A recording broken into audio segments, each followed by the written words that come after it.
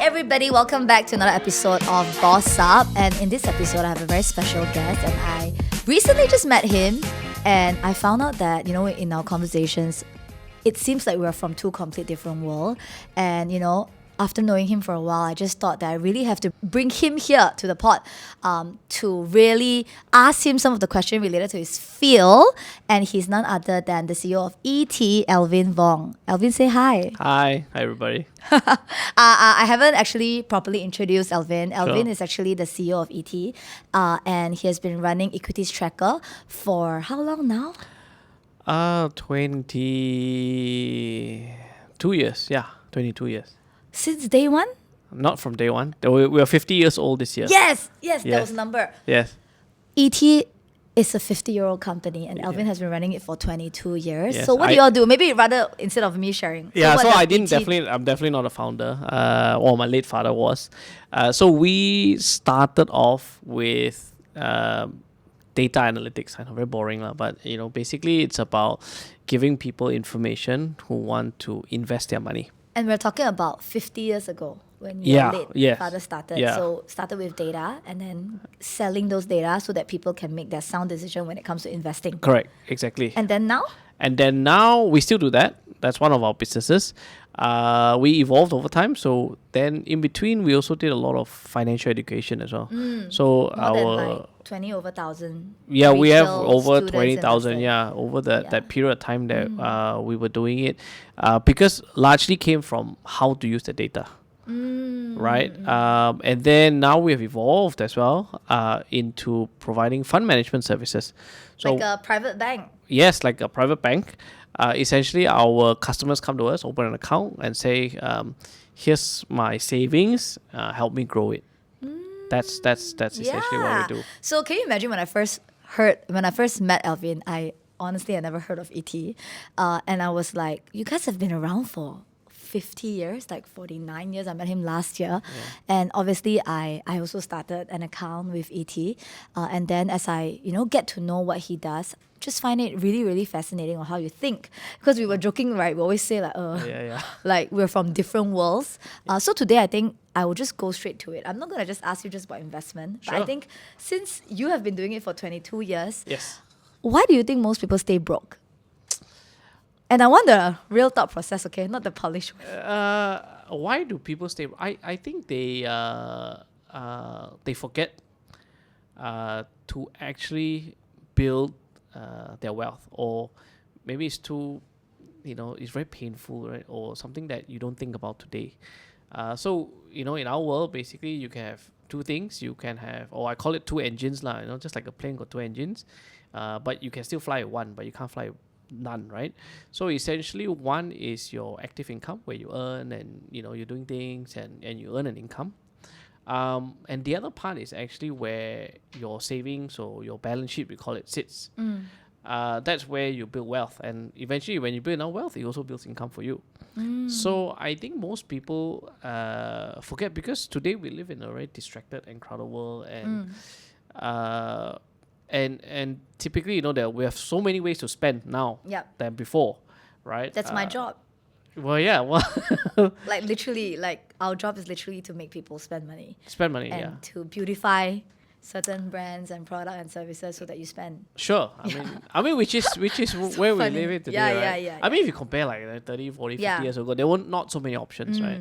So the only thing was just to save, right? So now I think we forget that we actually need to build this second engine, because eventually we will stop having active income. So speaking of that, Yeah. how do like I'm just gonna be honest, right? When I first started, like I run 7 Vault. This is our 10th year. Yeah. I came from a very humble family background, and they don't teach this in school. They don't teach. They only teach to do like fixed deposit. I mean, actually, not really. They teach also, I but don't even think they teach it, right? yeah, but I think like during my early days, I remember I first opened my first FD account myself is when I was 18, no? Like Right. 18, then I had like a, Right. I forgot what was it, like a little fund, and then I just remember, I think, I don't know who taught me lah, somewhere out there was yeah. like, hey, Adele must open a bank. Yeah. Then I remember I just went to like USJ Taipan, and I don't even know what bank. So I was like, I went with Hong Leong because they have a Hello Kitty card. Oh. right. Something like that. Right. So I don't know. What do you think? Like, how people like us I 18 only know about FD and then like what's your take on that lah? I mean, and we talk maybe from a Malaysia standpoint first. I think not just Malaysia, right? I think it has a lot to do with kind of the structure we live in today. I draw some examples. So I used to live in Australia as well. I also studied there as well. And if you look at the participation of people who invest in stocks over there, it's like 50% of the working adult population. It's very high. Malaysia? Malaysia, Give me a number. I think it's less than 10% or 5. Even now, Even 2026. today, yeah. So the question is why, right? So we're a bit spoiled because, although to say spoiled, but there's things that are done which is good, but then the outcome is something else. Of course, right? There will always be pros and cons to any decision. So when we first work, what we do, we are forced to contribute EPF. Yep. Regardless, right? Yep.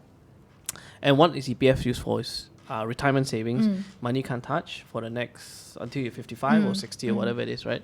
And we just know that EPF will give me 5-6% a year. We gotta know that, right? Yeah. So it's like okay, in a way my retirement savings is set up. I don't actually need to do anything.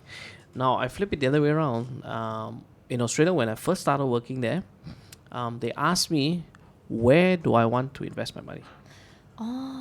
So I'm like, you don't know, right? I don't know, so I have to do what? Have to do your research, no? Yeah, so my company was the one that asked me, where do you want to put it? You can put it anywhere, right? So which is a good fund, what commodity. So I kind of get forced to, okay. So imagine now I ask my team, right? Like, okay, I'm going to give this amount for EPF every month. Yeah. Where do you want me to invest it? Exactly.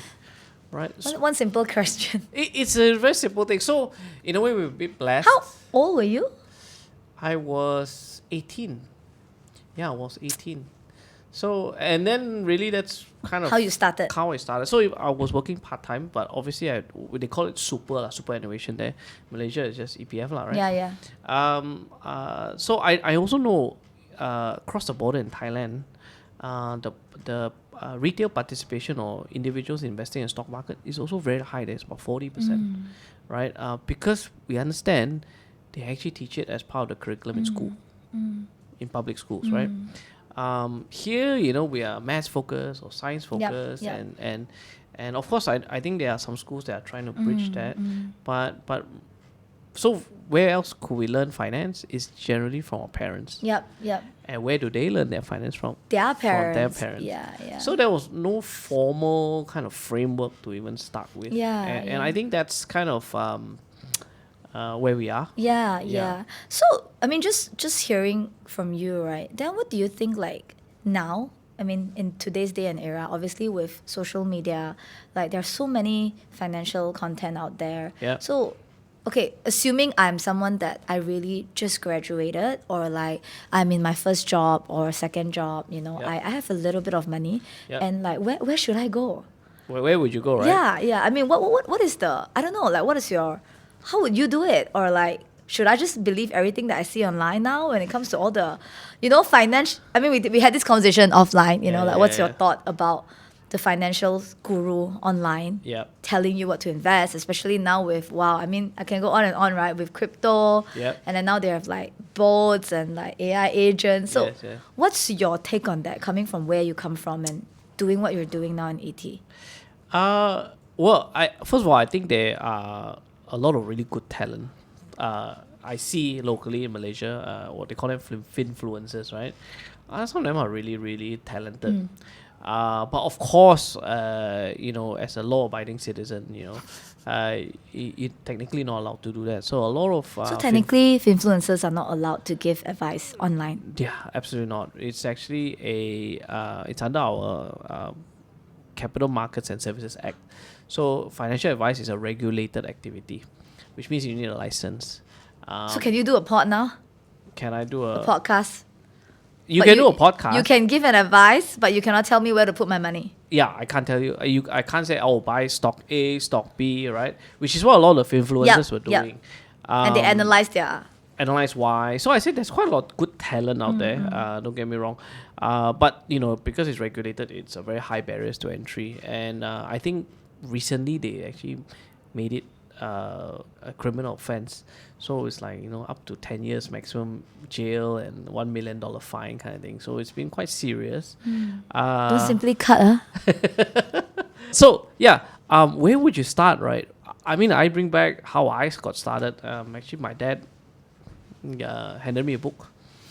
I don't know books are popular anymore, but I do try to encourage my kids to pick up reading as well. And really books kind of help you get started. Okay, right? so which links to my next question. Like, what do you think is because reading is basically a formation of your thoughts, right? So what do you think normal people think and investor think? What is the biggest difference?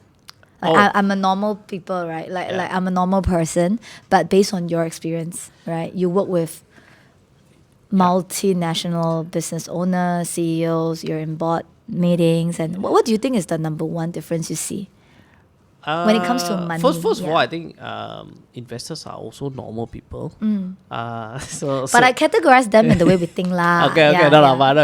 Just joking. But I think the biggest difference I see for investors, like real long-term investors, is that typically they tend to be good investors tend to have some sort of business background. That means they were an entrepreneur at one stage. They're still an entrepreneur. They run their own business. Why I say this? Because as an entrepreneur, naturally, you take risks. Right, that's just part and parcel. You go to where no one has gone before, and you're willing to take it all down. Investing is quite similar. A lot of investors want to invest, but they can't take the downside. But you have to understand, if you want to invest, downside is part and parcel of investing, right? The question is whether the downside is permanent or temporary. Yeah. Right. So I think one quality I find with very successful investors is that they look at value. So formula for value, if you think of value, right, it's quality over price. So they Can don't you explain? Quality over price? Quality over price. So which means that how do you formulate? They don't look at price. They're like, this is so expensive, so therefore I avoid it. So means when you are browsing through, say, the stock market, like a generally better investor, they don't just skip through the higher price point stock. Yes. So that's not a decision for I them. got it. But probably most people, like normal, they're like, so high, right? I don't want to buy I want to buy a lower one. Yes, correct. Okay. Right. Okay. So price is relative always, right? So example, like if we say, hey, it's $1 million, a lot of money. Yeah, it is, right? $1 million. But what if I could buy this whole building for $1 million? Oh, that's value. Cheap. Yep. Right? So I find that quality coming out quite often. So they look at quality first. So price is always relative. Yeah. So give me some data, right? Like in Malaysia or even Singapore, just neighboring country. In terms of the age of people investing, averagely the bigger chunk group is what age? Because you told me, right, like there are uncle, aunties in their in Malaysian stock market. Do you have the numbers? I have. There are some stats floating around. There's never some fixed stats, but typical ages of those who invest in the Malaysian stock market are very much in their probably 40s, late 40s, 50s, 60s, definitely. It's quite late. Mostly boomer generation. But I think now with some new apps that have come on, I think they're attracting some younger investors because things have just made it easier, right? Like you download an app and put in some money and you can start investing. Okay, so you're trying to say in Malaysia, averagely, like the bigger pie of investors are all boomers. So what do you think the young people are doing with their money? I don't know, go on holidays, buy stuff.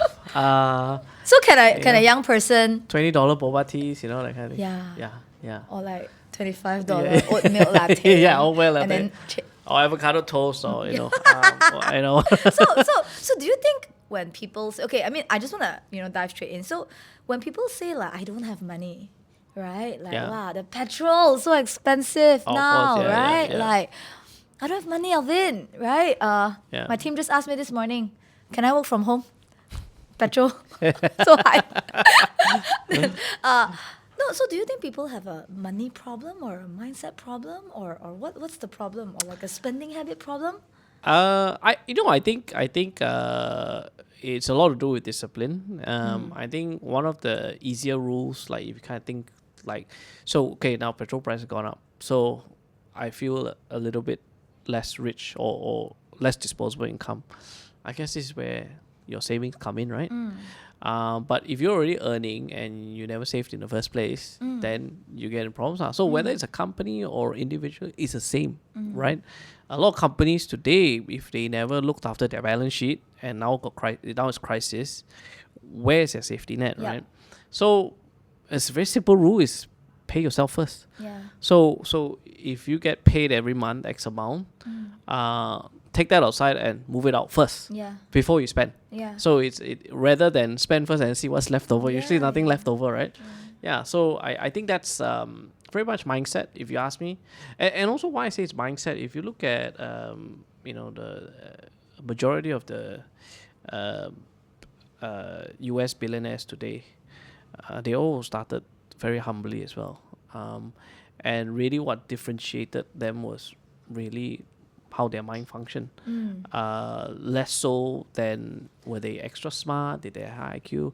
I think generally that's not seem to be the case. Yeah, one of the questions I actually had here is like, actually, do you think investing is about knowledge or discipline? But I think you kind of answer it. Yeah, investing is yes, it's knowledge for sure, but discipline over a long period goes way beyond. Yeah, because we're talking about discipline, mindset, right? So let's reverse engineer this a bit. Like, what do you think is the reason people don't start investing? Is it like a limiting belief? Is it like a lack of, I mean, now you cannot say lack of knowledge, lah, right? Because Yeah. we are all accessible to knowledge. But in your opinion, in your field, Okay, my opinion. So if we can rewind our history a little bit. Malaysia suffered one of the worst financial crises in 96, 97. And you have to understand my the team adults. is not born at all. Yeah, some of your team, not Not born yet. some, they are not born. Not born yet, lah. Both of them. Okay, but tell us. But it was pretty bad. Yes. Uh, I was born. Right. So it was almost like Great Depression, like Yep. for Malaysia especially, right? And the people who got hit the worst were basically stock market investors, and they were from the boomer generation. So the adults today, likely that their parents were boomers. Likely. And we hear it time and time again. They always tell their kids, do not invest in the stock market. My dad says that. Yeah.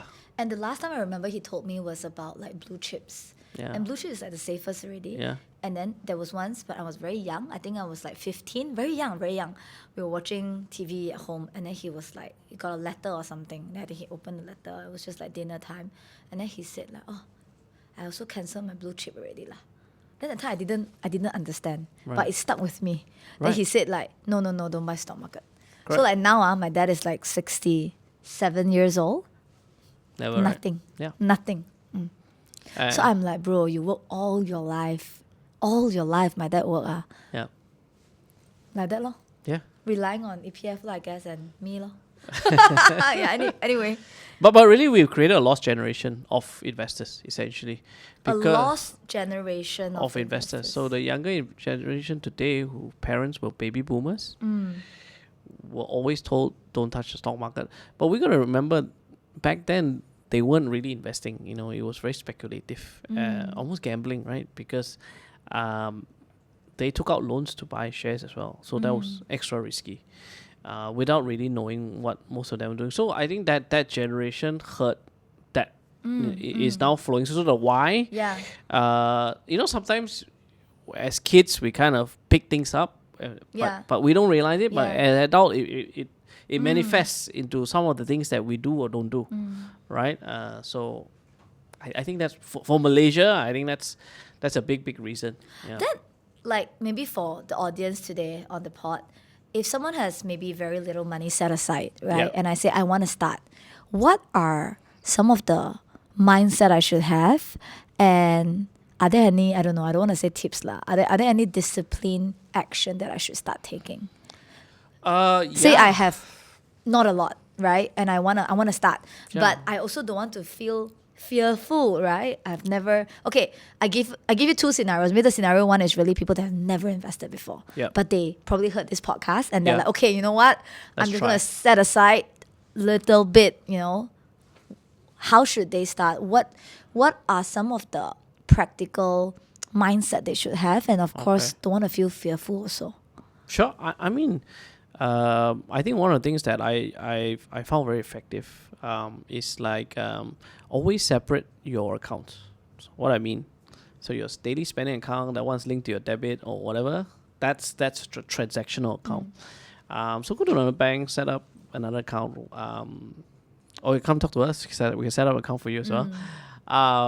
But so make it difficult to access that money for yourself, right? And then so if you get your income, just put money into there. I think you need to get into that habit first. To set aside an amount that Yeah. is difficult for you to access. Correct. Right. So until you kind of get used to it, you forget about it, right?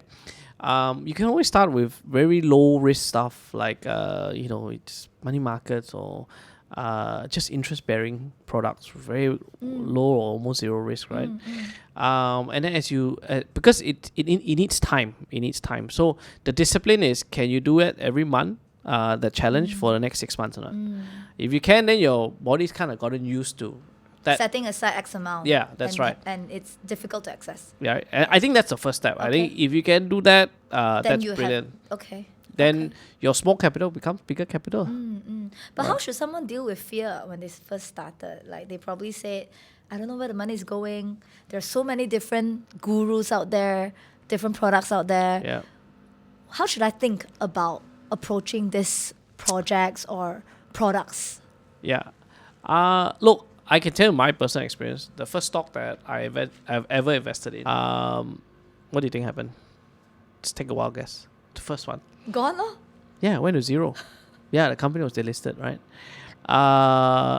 Because I didn't know what I was doing. And that's the reality of it. So if you take my experience, and my experience is probably quite similar to most people. So if you want to try, so, just like if you're trying something, you're saying, if something to eat, try lah. You don't take the whole bowl and eat it, right? So it's really, since you have the savings now, put an amount that you're willing to lose. Everything. So that Put an amount that you're willing to lose Everything. everything. Yeah. So that is like probably the mindset that we should have first. Yeah. If I want to start somewhere, put an amount that I'm willing to lose everything. Yes. Okay. right. So to you, let's say it's $100. That's gone, right? So that's play money for you. Okay. And that's for you to learn. Right? If you make money, it's bonus, right? But only slowly start adding more as you get more confident, right? And very funny, the human mind is very weird, right? Unless you start, you're not really gonna care. Yeah. Unless you put $1 in there, then you're gonna care. If you're never gonna put $1, you're always just paper, and Yeah. you're never gonna care, right? So Yeah. put $100 to start, right? Yeah, so I think like we covered the first part about, individual investing.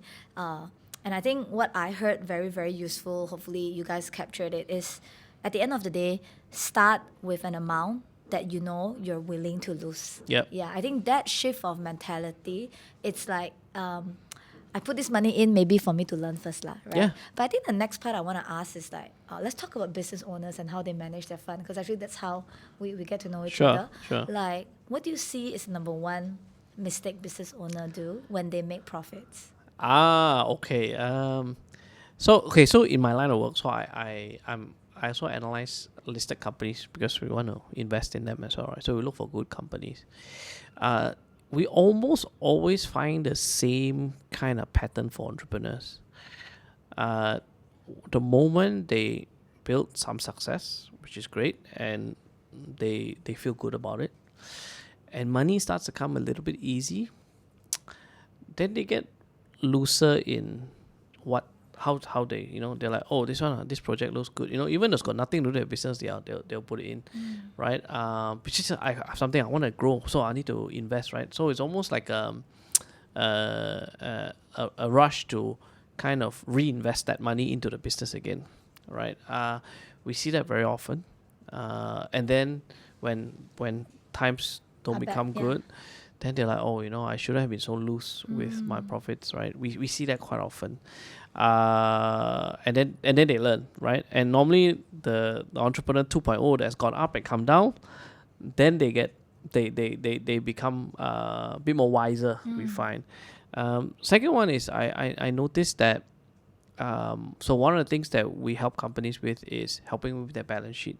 So entrepreneurs are really good at making their own money. They're really good at increasing revenue. In fact, they spend most of the time on either innovation, growing sales, getting a better product, higher margins, hiring the best people, getting cash flow. That's what they focus on.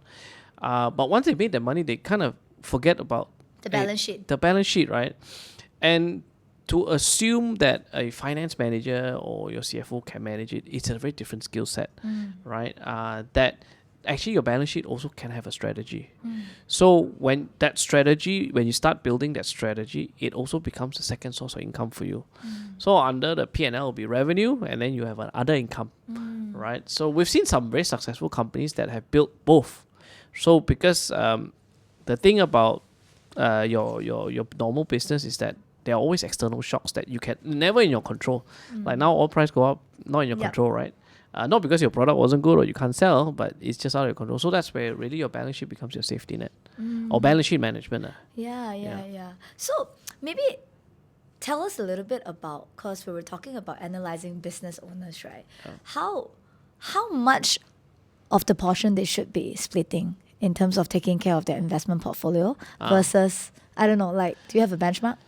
I think, first of all, I think, so business owners don't have time to do it themselves. So they need to find someone to not just sell you a product, but to build a strategy for you. I think that's key before you start anything. I think you need to start off with, say if you get X amount of cash flow a month, 5-10% is a good place to start, right? 5-10% is a good place to start. This is profit. Profit. Gross profit. Net profit lah. Net lah. So whatever you get in minus your expenses, what's left behind net lah. Okay. Like a monthly. Okay, so Miss Business Owners, tentatively every month your net profit 5-10% should goes to the balance sheet. Yeah. Just keep it aside for long term. So what we're saying is that reinvest in your business. Reinvest 90%. But diversify 10%, so that in case your investments don't turn out, you still have something left aside, right? That's really the whole idea. Yeah, so I think looking at where the world is going now, like with the war and oil prices, gold prices, like, frankly, I know the fear of it, but I don't really know what's going on. So, maybe you want a layman and share with us what's going to go on, and what's your prediction, if there's any?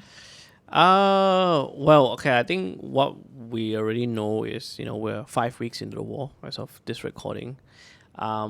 Every week that the war drags on longer, more specifically, the Straits of Hormuz being closed. That's why oil cannot come out, and therefore oil prices go up.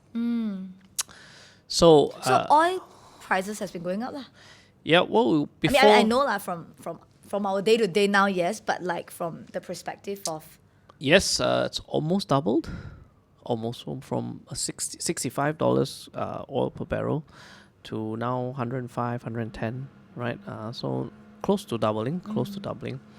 Gas prices also go up. So I think it's more about not so much when the war ends, when Iran opens the Strait of Hormuz, right? And this is actually quite crippling for the global economy. Yeah. It's so it goes to if you're familiar, gas. We use gas to make fertilizer, and fertilizer is for your farmers to plant food or oil or whatever it is. So that has gone up 100%. So it just pushes all the way. So what we're expecting is inflation. And your inflation. Yeah, correct. So hyperinflation, so people spend less. So when people spend less, typically, The whole chain. it's a whole chain. It's a chain effect. Yeah. Is it happening now? Now, in your opinion, in Malaysia, Yes, it's starting to happen. starting to happen. Yes. So what do you predict from your lens? Okay, so if the Strait of Hormuz is closed, say for another 2 more months, recession is almost guaranteed. Yeah, that's global recession. That means the whole economy is going to slow down. People will start losing their jobs. And with AI, I yeah, don't know, with that's AI a as well, whole yeah. So a lot of economic pain. Yeah. So and I guess if you build up a good stash on your balance sheet, this will help you through. But I think in recession times, so you get a lot of opportunities. I'm sure, yeah. Yeah, and we all know market moves in cycles. Nothing is permanent. So that's where I think we might be heading. It depends on how long it's closed, right? So we're kind of almost like the first month of the Straits of Hormuz being closed. I think the whole world still has enough supply. They have storage and things are still moving. Yeah. But now for about 5 weeks it's been shut. It can get so intensity is gonna get more intense. Yeah. And layman terms, what do you think is going to happen in what we see in our day to day? Prices going up. Prices going up. Definitely prices going up. From very basic stuff. Almost Your everything. day to day, like your food, your groceries, those are the end. Yeah, end stuff. we already started feeling it because Budi 95 went from 300 to 200. And then Sorry, what's that? you know our we Oh, get yeah. fuel, right? Yeah, fuel So, for sure. For sure, right? Yeah, it's all So over the internet, like this week people are complaining about fuel. it's big, yeah, it's big. And soon electricity prices will start going up as well. They've already made an announcement. Really? Yes. Yeah, tariff will come up, will go up. And government agencies are going to start working from home April 15 onwards. So Oh, no wonder my team asked me can work from home or not. Lah. Your team? Eh? Well, some of us work from home. Yeah. So I think that's going to be a bit of a almost like a COVID was pretty quick. Yeah. But this is like This a little is bit. like Yeah. So we're gonna build a balance sheet now. So if definitely anybody that's watching this, like you have Oh yeah, I some think it's no spare cash, I think it is no brainer that we should start like now. Yeah, get ready. Literally get ready. Yeah. Tell us a bit about that. Like, tell me a bit about that. Like, get ready. Because, on the pod, I interview a lot of entrepreneurs and a lot of creators in my line of work. Yeah. And frankly, like, if you're an audience, this is like our first time we're really having someone that is sharing with us. So, different world, talking about money investments and basically global recession. Yeah. So, I think as we wrap up the last part, Yeah. are there any... I wouldn't just say advice. Are there any thought process that you think we all should go back and chill and ask ourselves some really, really difficult question about how are we looking at our money right now? Yeah, I think most of us tend to procrastinate. Why we procrastinate? Because it's not something that we're familiar with, and there's no urgency because that's something 20 years ago. 20 years later, I need to worry about. But why it's urgent today? So you always spend time things that are important but are not urgent. Yeah. Because that's where you're gonna get, and that's really kind of where investments sit in everybody's lives. It's important but not urgent. But I actually have a lot of clients, to be honest, in their 40s, 50s now. They come for advice. Typically, they say, "Hey, what should I do? I've got X amount left.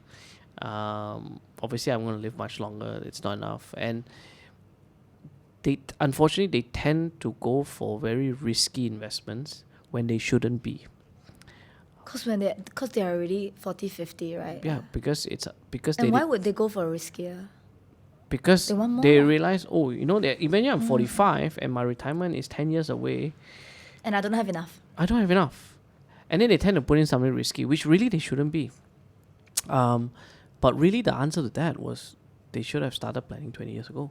When they're 25. Yeah. Yeah, When because when they're 25, I think two things. Number one, you can start small, Yeah. right? Yeah. And like what you said earlier, put in an amount that you can lose. Yeah. And then you slowly build it. Yeah. And worst case, even if you lose it, you're probably 10 years later, you're still 35. Yeah. Then Exactly. you should be right. targeting 20s. Sure. So I think Yeah. last one before we wrap up. What's one brutal truth about money that people won't accept but need to hear? Brutal truth. Eh, I think like it or not, you need to have some sort of financial knowledge, even though you don't like numbers. But it's not that difficult, but you need to put in the effort.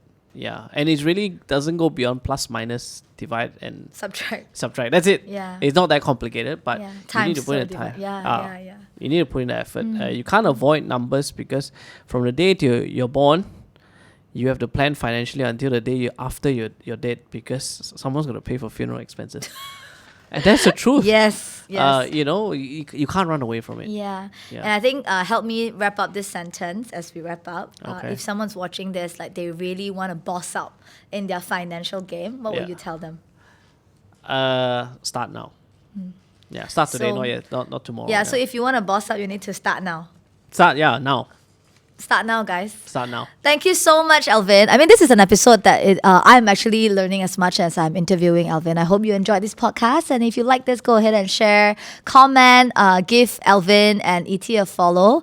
And I'll see you guys in the next one. Bye. Thanks, guys. Thank you.